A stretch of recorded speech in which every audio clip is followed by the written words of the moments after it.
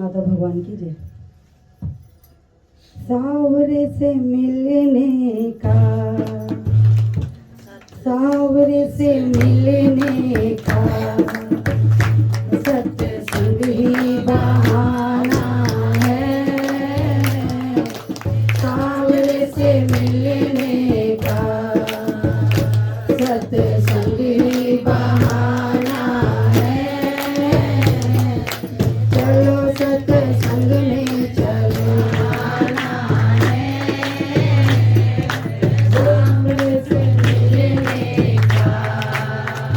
सत्संग ही बहाना है। सखियों ने ढूंढा तुझे, गोपियों ने पाया है। सखियों ने ढूंढा तुझे, गोपियों ने पाया है। राधा जी के हृदय में, राधा जी के हृदय में मेरे श्याम का बहाना है। राधा जी के हृदय में मेरे श्याम का बहाना है। सावरे से मिलने का सत्संग ही बहाना है। सावरे से मिलने का सत्संग ही बहाना है। ने अच्छा किया नंद लाला, दिल मेरा लिया नंद लाला। तूने अच्छा किया नंद लाला, बड़ा अच्छा किया नंद लाला। तूने ये क्या किया नंद लाला।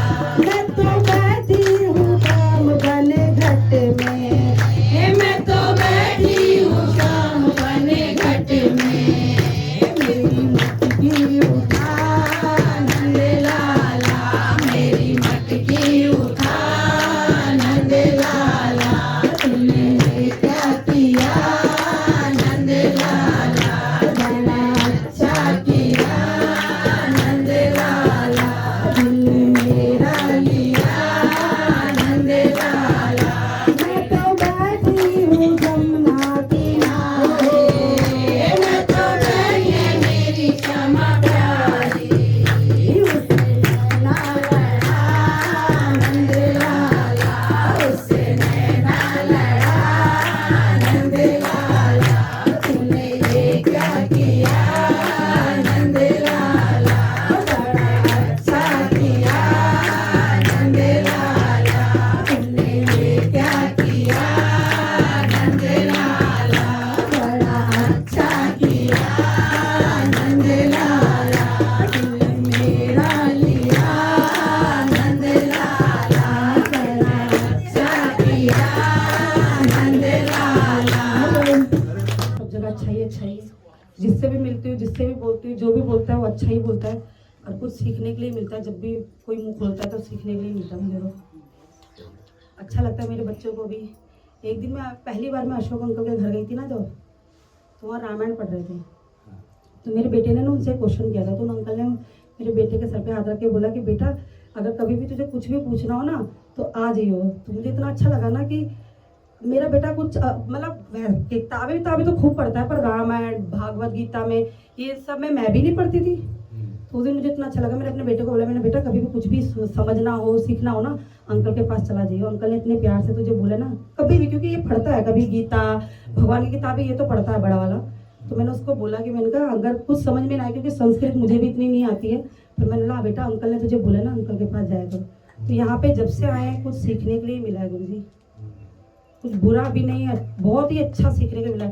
तभी तो कह रही हूँ मन करता है कि समय यही रुक जाए और जाए ना, पर मुझे पता है कि मुझे जाना है, इसलिए ना ठोस भी बनी हुई हूँ। पर मेरे को ये भी इतना भी तसल्ली है कि दूर नहीं है, जब खिंची चली जब मन करेगा तो आ जाऊंगी यहाँ पर, दूर भी तो नहीं है। अब फूल जब बन जाता है तो वो अपनी खुशबू सबको देता है।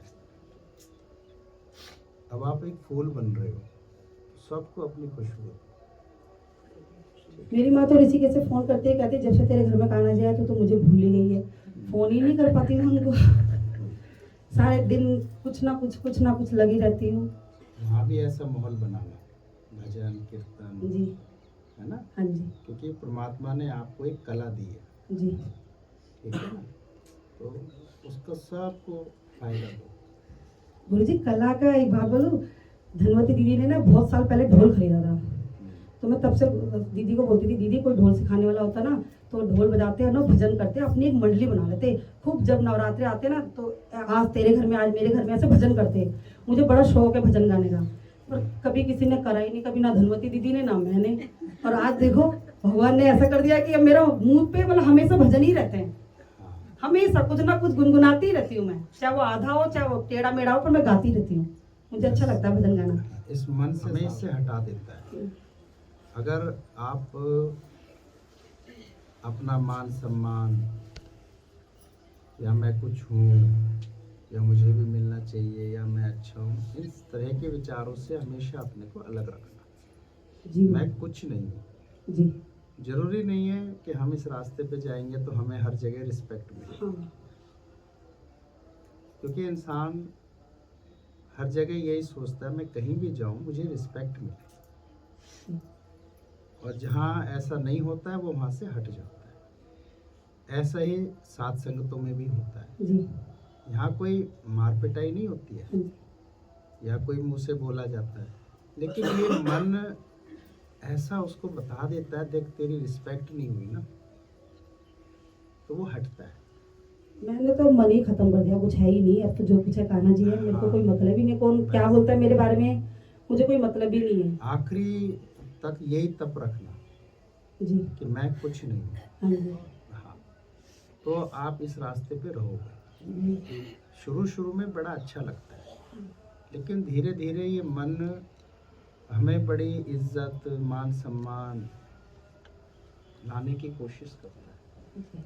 हाँ, मान लो यहाँ तो मुझे आपने जितने भी दीदियाँ हैं माता बहनें मुझे बहुत प्यार से हाँ, बोलती है, बाहर वाले जो भी बोलते हैं मुझे उससे मतलब ही नहीं अभी है। आपने भजन किया खुश होके किया, हो सकता है कोई कह अरे मुंह पे भी कह दे है, तब शुक्रिया, मैं और मेहनत करूँगी, लेकिन मैं पीछे नहीं हटूंगी, तब तो आप कामयाब हो जाओगे। जी और मन आ गया, मैंने इतनी मेहनत करी, सुबह उठ के आती हूँ, बच्चों को भी लाती हूँ, मुझे तो ऐसे बोल दिया, मैं तो, क्योंकि मन हमें वहाँ ले जाएगा जहाँ हमारी आसक्तियाँ पड़ी हुई है, जहाँ हमारी जरूरत पड़ी हुई है, हटा देगा, यहीं से हटाएगा और कहीं से नहीं हटाता है, ये भगवान के रास्ते से हटाता है। तो ऐसी सतर्कता रखना हमेशा। जी हाँ, और जितनी रखोगे उतना ही आगे बढ़ते चलेंगे।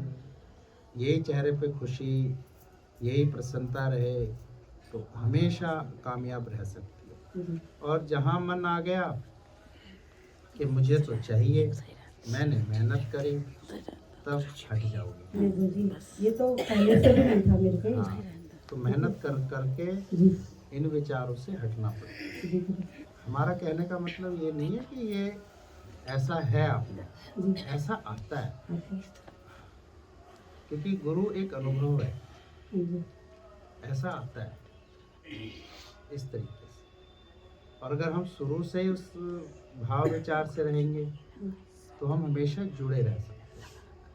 नहीं तो यहाँ से हटने का कारण ही एक होता है, मुझे नहीं मिला, मुझे माना नहीं, है ना, मैंने मेहनत करी, मेरी इज्जत नहीं हुई, मेरी बात नहीं रखी गई, हट गया यहाँ से, तो मन की जीत हो गई और गुरु की हार।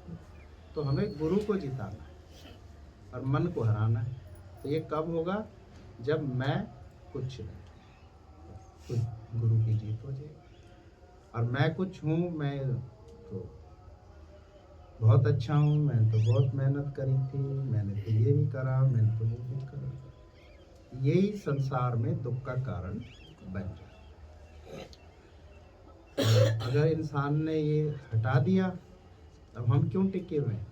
क्योंकि हम नज़रअंदाज करना सीखते हैं। नज़रअंदाज करते हैं। किसी भी चीज़ में कोई इच्छा चाहना नहीं, न मान सम्मान में, न प्रसाद में, न सुख सुविधाओं में, न बैठने उठने में, न किसी भी तरीके से, न साथ संगतों को कुछ कहना, न साथ संगतों को लताड़ना, कुछ इनको वो करना, कुछ नहीं। भोले भाव मिले, पहले संगत, पहले सत्संग, बाद में कुछ हो। संगत को कभी ये नहीं कहो ये भीड़ है, ये लोग हैं, ये वो हैं, ये छोटा है, ये बड़ा है, ये अमीर है, ये गरीब है। दुर्भाग्य के दरवाजे खोल दिए हमने। संगत पार ब्रह्म होता है, और जिसने संगत को भगवान करके देख लिया उसका तो बेड़ा पार हो जाता है। जो स्त्री पुरुष अमीर गरीब छोटा बड़ा करके देखता है, और संगत दान पुण्य का भी वो नहीं होता केंद्र। संगत को ये नहीं सोचो कि हम संगत को एक दान पुण्य कर रहे, तो वो भी अपने दुर्भाग्य खोल लेता है। संगत तो परमेश्वर का स्वरूप होता है, जिसके प्रति हमारी श्रद्धा भाव होती है, हमें भक्ति सुमरन करना होता है। कभी संगत को झंझाड़ना नहीं, कभी लताड़ना नहीं, कभी कुछ नहीं करना। जी हाँ जी, जी हाँ जी। जिसने जी हाँ जी रखी, हजूरी करी और संगत के प्रति स्नेह भाव रखा, तो उसका कल्याण निश्चित है। और जो इसको भीड़ भड़का दान पुण्य समझता है, छोटा बड़ा भेदभाव मतभेद रखता है, औरत स्त्री मर्द देखता है, तब नहीं हो सकता, तब उसका कल्याण बहुत दूर है, उसका उद्धार नहीं हो सकता। कोई भी माता बहन बेटी नाचती है, भजन कीर्तन करती है, कोई हमारा भाई बंधु नाचता कूदता है, उसके प्रति कीटा टिप्पणी करना, छोटा बड़ा करना, ये सब दुराचारी आत्मा के लक्षण होते हैं, जो शरीरों को देखते हैं, जातियों को देखते हैं। इस प्रकार तो इसलिए हमारा हमेशा दृष्टिकोण आत्मा पे होना चाहिए। गुरु आज्ञा पहले, अगर गुरु आज्ञा हमने नहीं ली किसी भी कार्य में, ऐसे नहीं दिखावे में, पहले गुरु, जब हम पहले गुरु को नतमस्तक होकर चलेंगे तो हमारे द्वार हमेशा पार ब्रह्म के खुले रहेंगे। तो गुरु को पहले हम नतमस्तक करके चलें।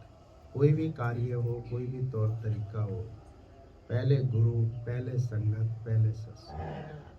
तो हमारा जो ये स्थान है, ये दान पुण्य का नहीं, ये दृष्टिकोण हम खुद शुरुआत करेंगे तब बदलाव होगा। नहीं तो भागते रहो, आज इधर कल उधर, परसों इधर तरसों इधर। ये विद्या का केंद्र है, आत्म साक्षात्कार का विद्यालय है। इस धरती की सबसे ऊंची विद्या, सबसे ऊंची योग्यता, सबसे ऊंचा पद, सबसे अत्यधिक महत्वपूर्ण जो स्थान है वो सत्संग होता है। और जो कोई भी इसमें आता है, समझो उसके तो अहोभाग्य सौभाग्य खुल जाए। इस प्रकार से, क्योंकि यहाँ वही आत्माएं आ पाती हैं जिनका उद्धार निश्चित है, उसमें कोई संशय नहीं है।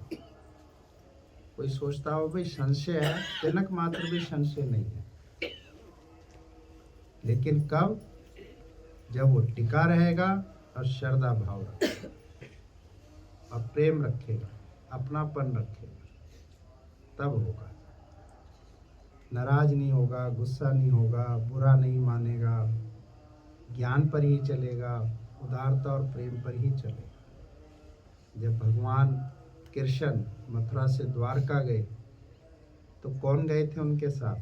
जो उनके भक्त थे, वो उनके साथ गए और स्वाभाविक गए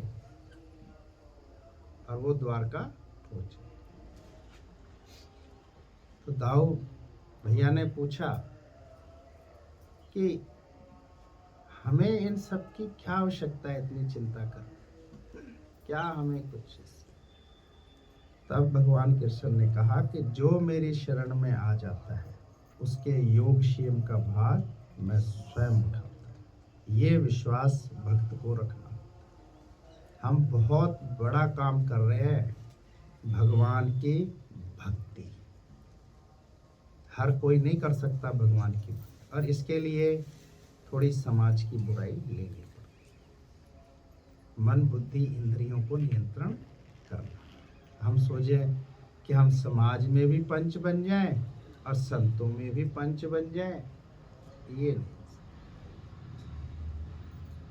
ये नहीं। समाज में हमें धूल मिट्टी होंगे, हमारी कोई कदर नहीं करेगा वहाँ, तब समझो हम साधु संतों में चमके।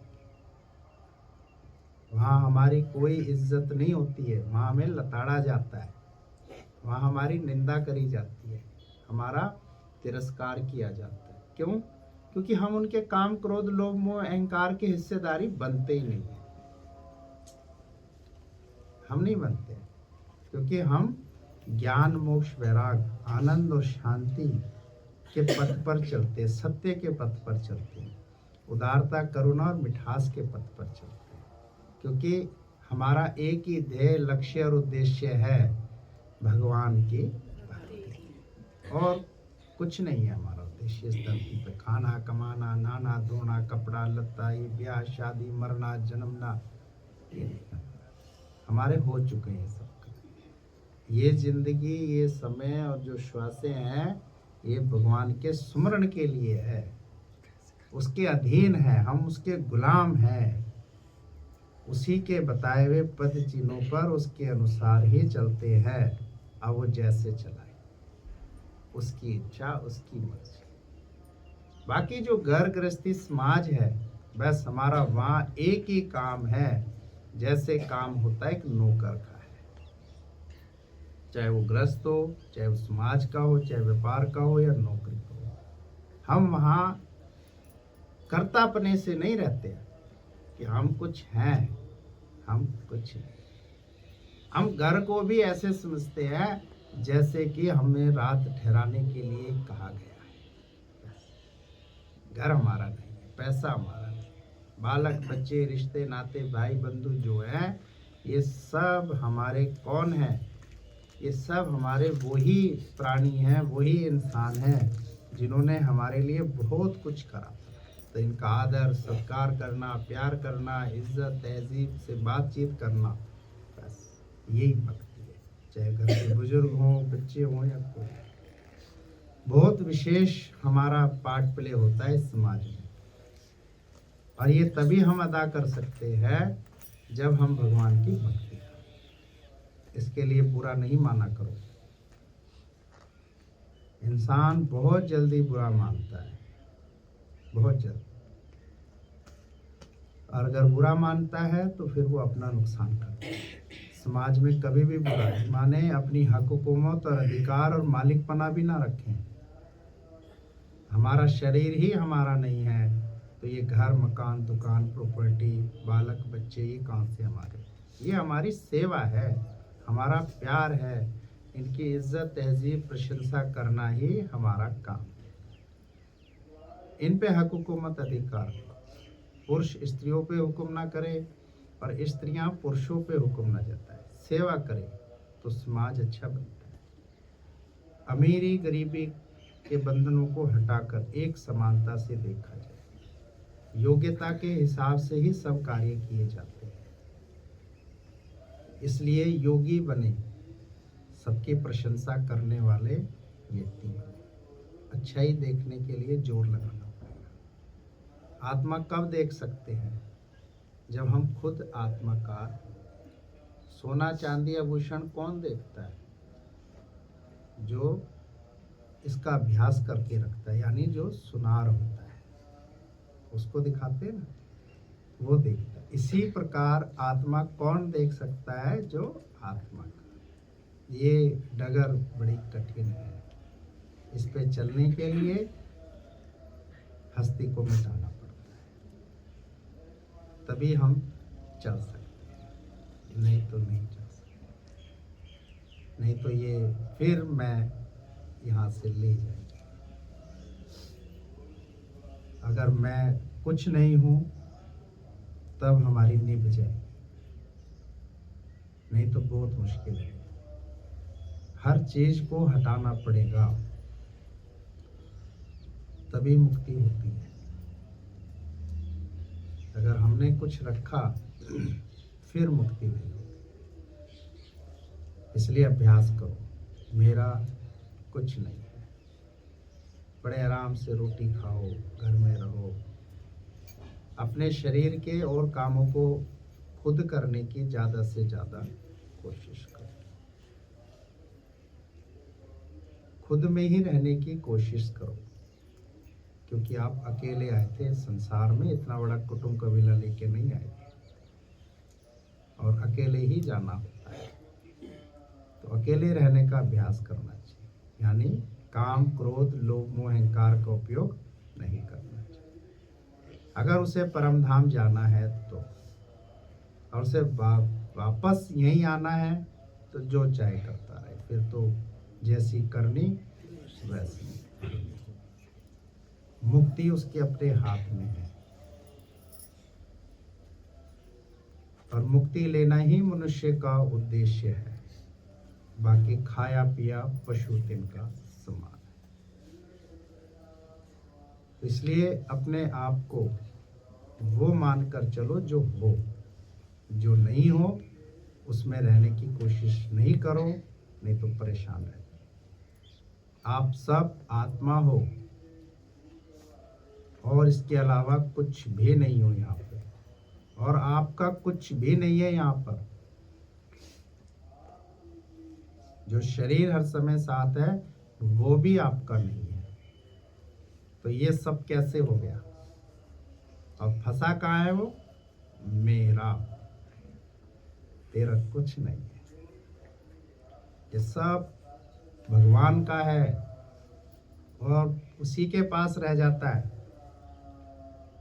और हम इसमें आसक्ति और इच्छा रखते हुए, हक हुकूमत रखते हुए फंस जाते। जिस घर के बाहर अपना नाम लिखाया, क्या वो हमेशा रहेगा? नहीं रह सकता। तो नाम रूप का नाश है, आत्मा का विकास। जो एक्चुअल में ओरिजिनल में हो वो आत्मा ही हो, ये शरीर नहीं हो। लेकिन अपने को शरीर मानकर हम बहुत काम, क्रोध, लोभ, मोह, अहंकार में फंसते हैं। हम तो यहाँ भी देखते रहते हैं कि कैसे उसका मन आ रहा है, बुद्धि आ रही है, वो मैं में अटका पड़ा है, हक हुकूमत और अधिकार में फंसा पड़ा है, कितनी इच्छाओं, चाहना और सुख सुविधाओं में अटका पड़ा है। एक प्रसाद भी अगर मिलता है तो वो उसको भी ऐसे देखता है, और उसमें कुछ खोट होता है तो उसको छोड़ता है। तो हमें भी भगवान देखेगा नहीं क्या? वो प्रसाद गाय माता खा लेगी, लेकिन इंसान नहीं खाएगा, क्योंकि इंसान उसमें अच्छाई बुराई देखता है। तो ऐसे ही मनुष्य की अच्छाई बुराई को देखा जाएगा। अगर वो शुद्ध पाक पवित्र है तो वो मुक्त होगा, नहीं तो फिर से गर्भ में आ जाएगा। ये बाद के हवन, भजन, कीर्तन उसे मुक्त नहीं कर सकते। जीते जी वो किस आचरण व्यवहार से रहा, पत्नी के साथ, पति के साथ, बच्चों के साथ, घर गृहस्थी में, समाज में कैसे धन कमाया, कैसे अन्न कमाया, कैसे उसने सब कुछ बनाया है, ये सब भगवान देखते हैं। इसलिए अपने आचरण व्यवहार पर दृष्टिकोण रखें। गुरु से आगे बढ़ने की और अपनी हक हुकूमत जताने का अभ्यास ना करें, नहीं तो कुछ लाभ नहीं मिल सकता। हम कुछ भी नहीं है, जो कुछ भी है वो गुरु ही है। उन्हीं के बूते सब कुछ होता है, और जो उनके पद चिन्हों पर चलता है, उनके उद्देश्यों पे चलता है, वो ही मुक्त होता है। इसलिए मन से सावधान रहे। ये मन बड़ा बलवान है। ये बहुत जल्दी कुछ बना देता है और घर बैठा देगा। भगवान के रास्ते से हट। ठीक है।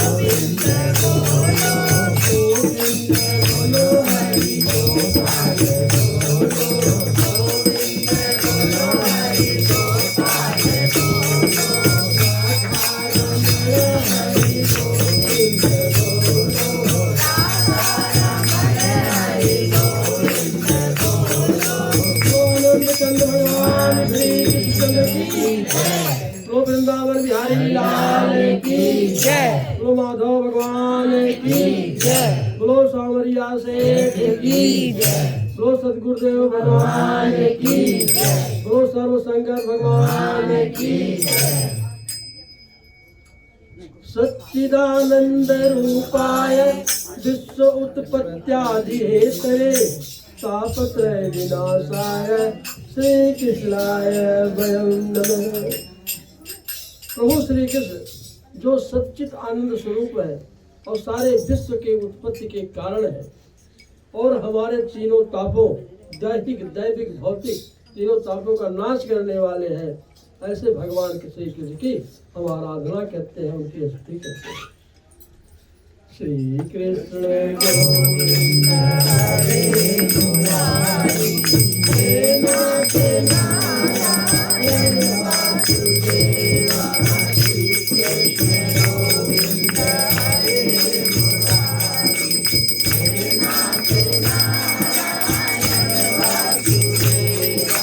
हे नाथ नारायण वासुदेवा। हे नाथ नारायण वासुदेवा।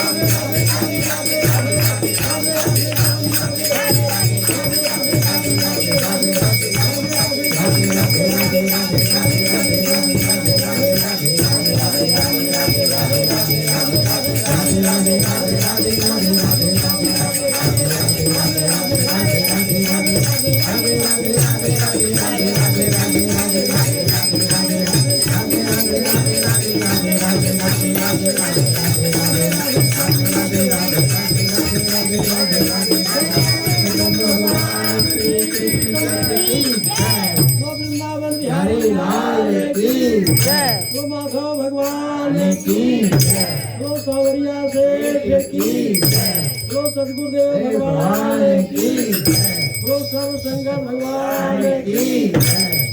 आरती कुंज बिहारी आरती कुंज बिहारी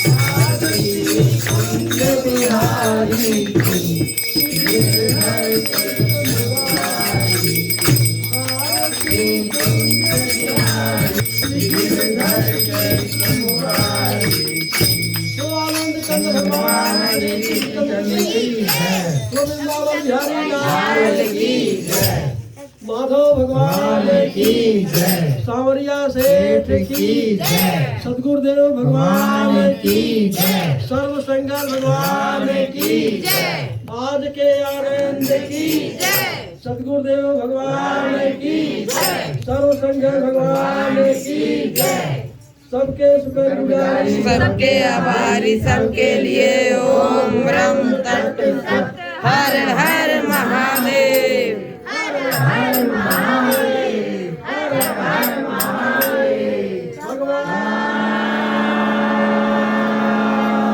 धन्यवाद धन्यवाद धन्यवाद। आपकी दुनिया में खुश है। सत्संग जिंदाबाद, सत्संग जिंदाबाद, सत्संग जिंदाबाद।